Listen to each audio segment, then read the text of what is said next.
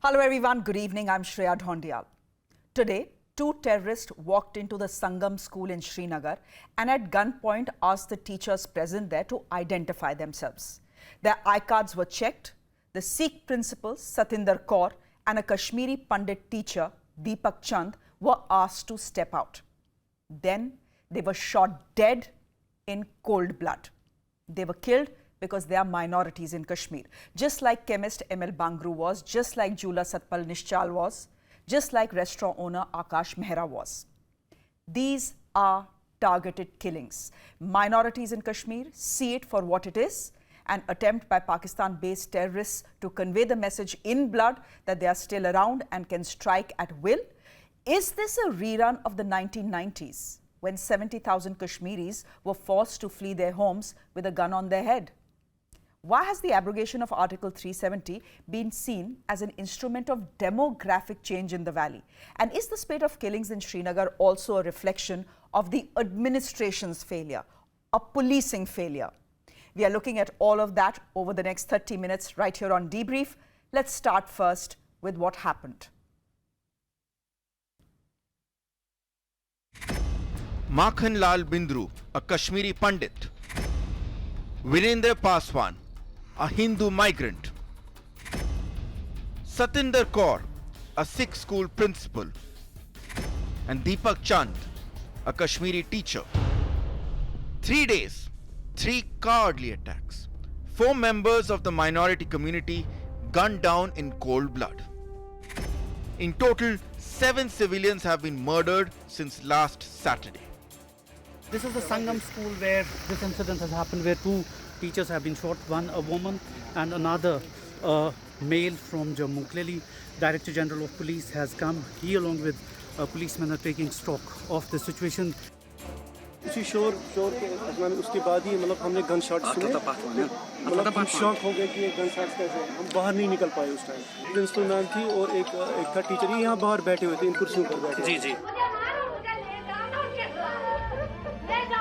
The families of Satinder Kaur and Deepak Chand are besides themselves in grief, shocked at the cold brutality in which the lives of their loved ones were snuffed out by men who know no mercy. उसका phone on है और वो phone उठा रहे हैं। तो आपका कहना है कि आतंकियों के पास उसका फोन है? हाँ जी बोलो वो कह रहे हैं कि आप लोग यहाँ आओ आपका भी यही हाल करेंगे। It's a grim harkback to the days of the early 90s of the Intifada in Kashmir, when innocent Pandits were wantonly slaughtered by terrorists. This time too, the intent seems to be clear, with 3 initials responsible for the mayhem in the valley: TRF. TRF is actually a conglomeration of all terror groups which are operating here, be it Hizbul Mujahideen, be it LAT. There is a pattern. They are targeting minorities, actually non-locals and minorities, and they want local communal harmony to be disturbed.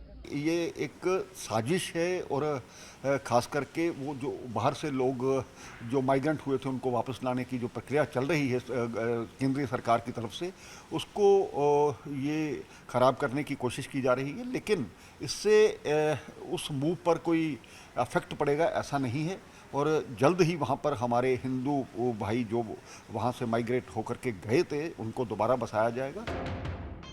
That's the spirit of Naya Jammu in Kashmir, one which Bindru Sahab and his family epitomized. I don't have a single tear in my eyes. Why? Because he's a fighter. He'll die like a fighter. He always said, I'll die with my shoes on. But whoever is the person who shot my father dead, mister, come in front of me. You wanna fight with guns and the stones? That is all cowardness. You can kill us due to your cowardice, but you will never be able to kill our spirit. With Bureau Inputs, Ritangshu Bhattacharya for CNN News 18. ये हूँ मैं, मेरे बाप की बेटी. 6 hours after the killings, we have heard from the LG of Jammu and Kashmir, Manoj Sinha, and PDP leader Mehbooba Mufti. She says this is a complete failure of the BJP that controls the union territory. He says, हिसाब होगा. देखिए ये जो killings जितनी भी हुई हैं वो उसकी आप तो हम मजम्मत करते करते जो हम थक गए हैं। रोज़ कोई ना कोई किलिंग, और ख़ासकर बिंद्रू साहब जिन्होंने अपनी सारी ज़िंदगी यहाँ कश्मीर को दी, यहाँ के लोगों की खिदमत की, और ये बहुत बड़ा सानिया है। और आज भी 2 हमारे टीचर मारे गए हैं। तो मैं समझती हूँ ये जो डबल इंजन सरकार है उसकी सबसे बड़ी नाकामी है। इस सानिया के बाद कश्मीर में और सख्ती करेंगे ये लोग, क्योंकि उनको बहाना मिल जाएगा और सख्ती का और जुल्म का और सितम का, जो पिछले 2.5 साल से इन्होंने यहाँ के लोगों का नाक में दम कर रखा है, जीने नहीं दे रहे हैं। अपनी नाकामी को छुपाने के लिए कश्मीर के लोगों के ऊपर और दबाव आएगा और उनको तंग किया जाएगा। उस पार बैठे लोगों को यहाँ जो आतंकवाद बढ़ाना चाहते हैं, उनको जब ये सूचना मिलती है कि टूरिस्ट इन्फ्लक्स बढ़ रहा है, उनको जब ये सूचना मिलती है कि नहीं इंडस्ट्रियल इन्वेस्टमेंट यहाँ आने वाला है, तो निश्चित रूप से उसमें व्यवधान पैदा करने की एक सोची समझी साजिश है। यहाँ जो आपस में प्रेम और मोहब्बत है, ये चिन्हित करके ऐसे निर्दोष लोगों को मारना ताकि इस तरह की भावना यहाँ पैदा हो और वो अपनी कोशिशों में कामयाब न हो, इसकी हर पुरजोर कोशिश की जाएगी। Let us try and understand why we have seen a spate of civilian killings, especially of minorities in Srinagar. Is this the 90s redux? Lieutenant General Ata Hasnain, someone who served in the Kashmir Valley, is joining us on the show. So is Sumit Peer. General Hasnain, I'm coming to you first. Why and why now? Thank you, first of all, for having me on your show, Shreya. And I start with the remorse, expression of deep regret at the loss of innocent lives. Unfortunately, once again, 30 years later, we saw this happening in 1990 and a return of this now. But that's not to say I would not agree with the saying that this is back to the 90s. That's a bit of an exaggeration. The situation since then has moved on tremendously. The Indian establishment, that is our establishment, has gained total control, domination. It's because of that you will find sporadic attempts will be made by terrorist elements, their masterminds across the line of control, who will wish to once again regain traction, once again regain some form of relevance. It's very tempting on my part to say that this is all coming under directions from the Taliban 2.0. No, that's not true. But what's happened in Afghanistan is definitely an inspiration. It's sending out inspirational messages. And there are elements, disparate elements down below who are acting on their own in this manner. Of course, we cannot absolve Pakistan of issues such as this, because Pakistan itself wants to ensure that the relevance of its proxies in Kashmir continues to remain. And the softest targets to achieve this kind of a thing are always the minorities. I remind your viewers, in the past we've had Vandhama, we've had we've had Chittisgarh. Whenever terrorists wanted to re-establish or send a message of their dominance in a particular area. That's exactly what is being attempted here, but I feel it's very different to the 90s. This is a sporadic attempt. As a professional, I can say emotionally, of course, there's something completely different, but I don't think this is something which is going to dent our confidence in any great way, except it will definitely socially dent the confidence of the Kashmiri Pandits, the returning Pandits, definitely. And we need to take stock of that. General Hasnain, thank you for that analysis. Do stay on with us. Sumit, I'm just going to come to you because, I've spoken to many Kashmiri Pandits through the day, especially those who have lived through the 1990s. They say this is history being repeated at a time when the government has opened up Jammu and Kashmir to all Indians and is making an attempt to resettle Kashmiri Pandits in the valley. The killing of Pandits and non-Kashmiris is a blood-soaked message from across the border. Any attempt at normalcy and integration will be challenged via hardcore Islamic militancy. Take a look at this report. I'm going back to Sumit Peer after that. Series of dead bodies lying on the streets. So these images are taking me back to 1990.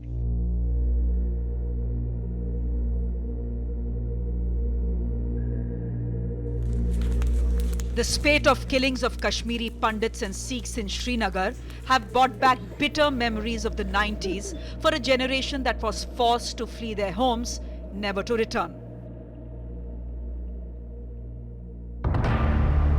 In the lead up to 1990, many prominent Kashmiri Pandits were killed by militants.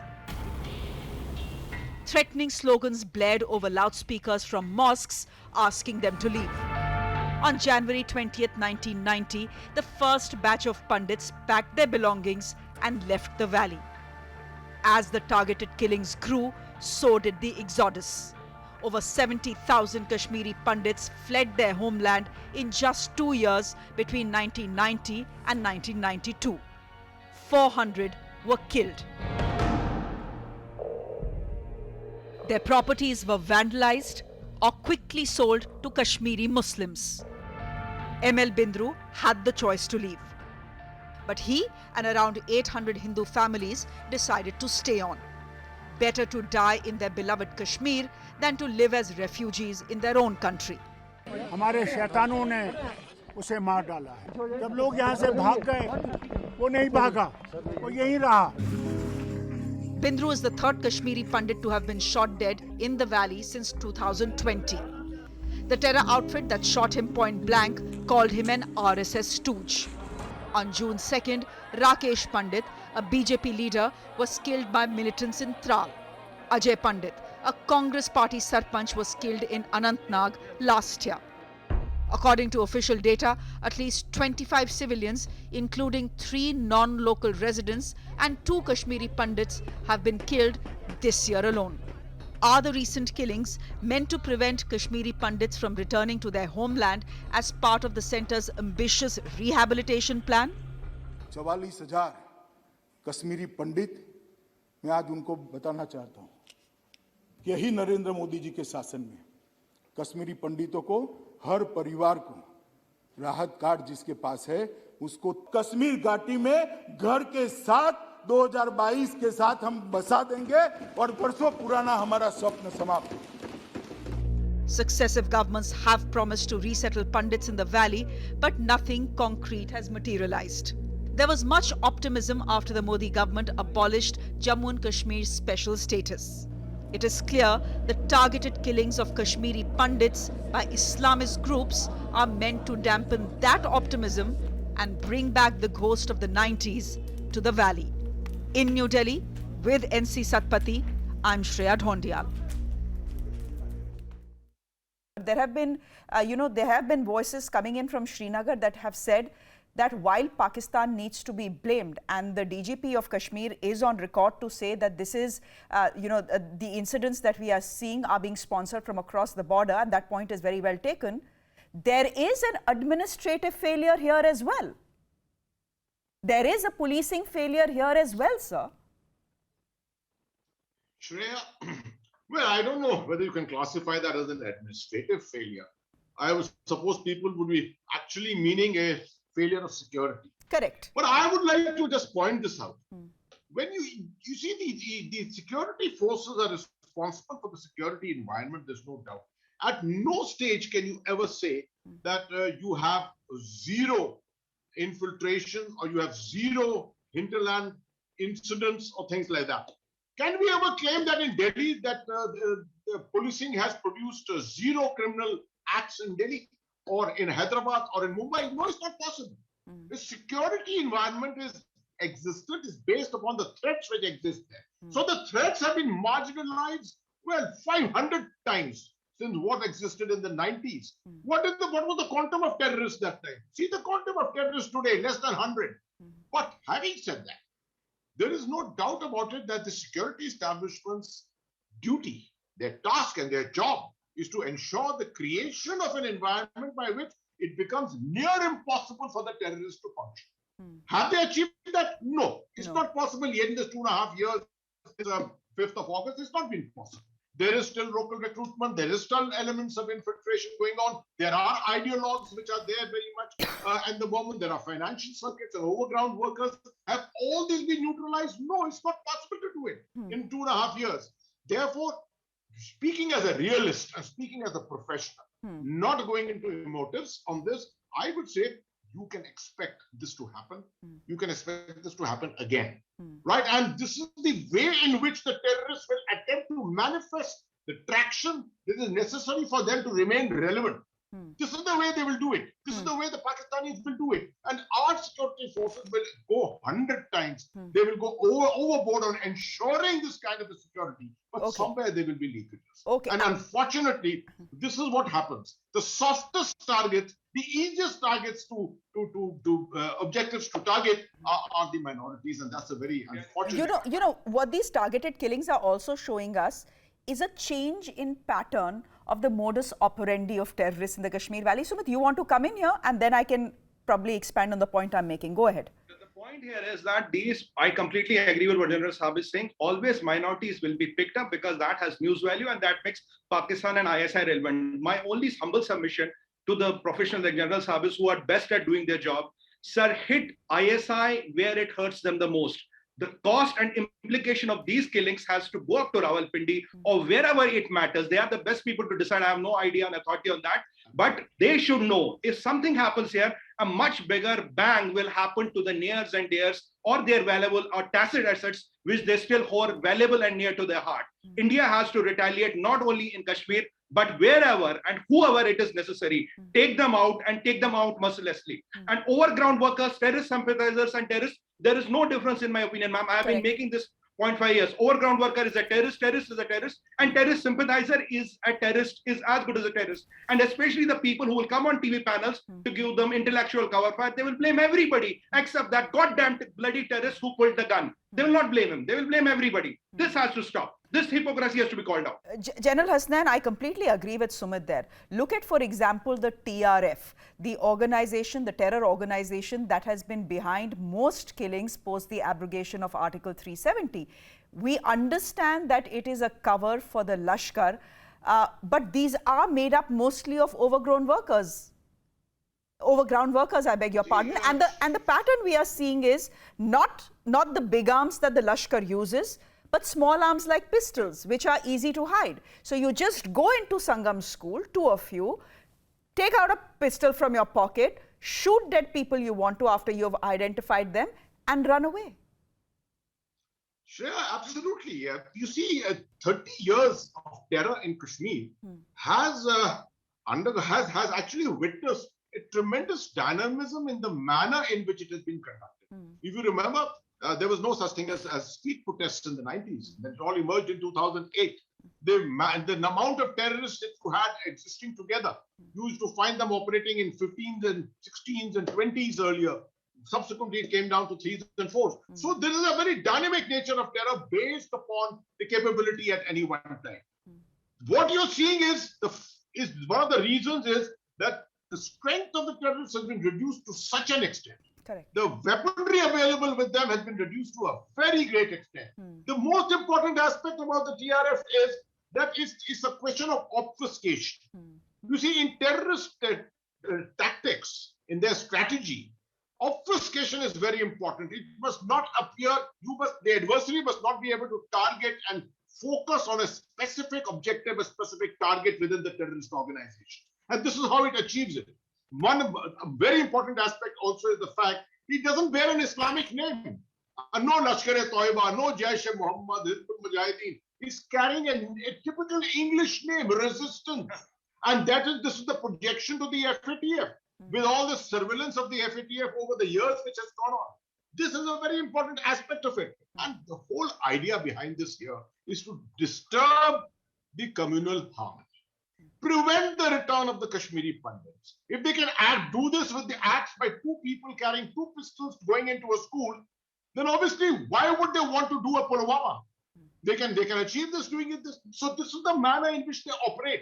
And we have to understand these tactics. The Jammu and Kashmir police and the army are very, very adept at this. They know it very well. And they know how to calibrate the kind of operations that they need to conduct. Unfortunately, in this case, it will have to be a responsive operations. It should be offensive operations. I fully agree. There must be very, very offensive operations, not only across the line of control in areas in Pakistan, wherever the sponsorship comes from, but within Jammu and Kashmir, against the terror networks, against the overground workers, something which has been going on very successfully in the last 4 years. But it needs to probably gain more. All right. I'm completely out of time, but Sumit Peer, it was good to have you on the show. General Hasnan, as always, good to have you on this show. Some reports coming in that already Hindu teachers in central Kashmir. Some of them have been shifted to security camps from their accommodation.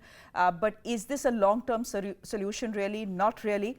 We are tracking that story, but a quick break on that note. Up next, we are taking a close look at the Resistance Front, the terror outfit responsible for the recent spate of killings in Srinagar. That's up next. Do stay with us.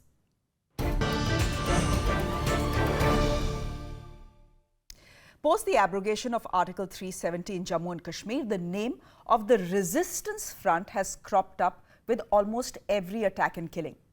Is the TRF a new militant group?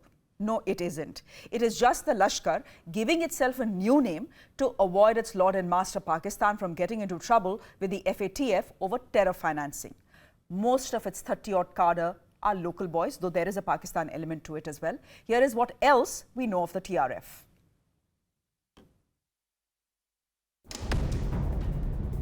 The Resistance Front, also known as the Shaheed Ghazi Squad. It's the new terror kid on the block, responsible for the spate of targeted killings in Srinagar. The group essentially is a front for the Lashkar, whose leadership was wiped out in intensive anti-terror operations in the valley. Post the abrogation of Article 370, the Lashkar activated their overground workers and organized them into a group to derail the process of integration underway. Their modus operandi is different from their parent organization. The Lashkar used high-end, heavy weapons and explosives and usually targeted security forces. But then it had to pay a heavy price for it. Much of their cadre was wiped out in retaliatory fire and anti-terror ops by security forces. With the anti-infiltration grid in overdrive, battle-hardened terrorists, big weapons and explosives could not be smuggled in. So the Lashkar reinvented, with the blessings of the ISI, and started the trend of targeted killings with small weapons like pistols. Carrying small arms like pistols are safer as they can evade detection.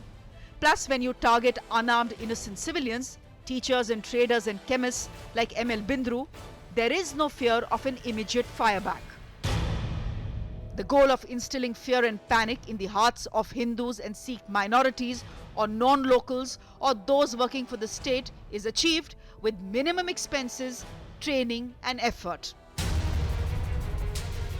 Data from the Home Ministry says that there was a 60% drop in terror incidents since the abrogation of Article 370. But what has been on the rise is the drone drop of small arms and hand grenades in Jammu and Kashmir. The worry is that targeted killings of civilians with small arms is a trend we will see more of as winter approaches and the government looks at conducting elections in the Union Territory. Civilian killings have not just raised concerns in the valley, it has also raised the cost for security forces. It'll be a challenge to deal with this new threat. With that, it's a wrap from me. Thanks for watching.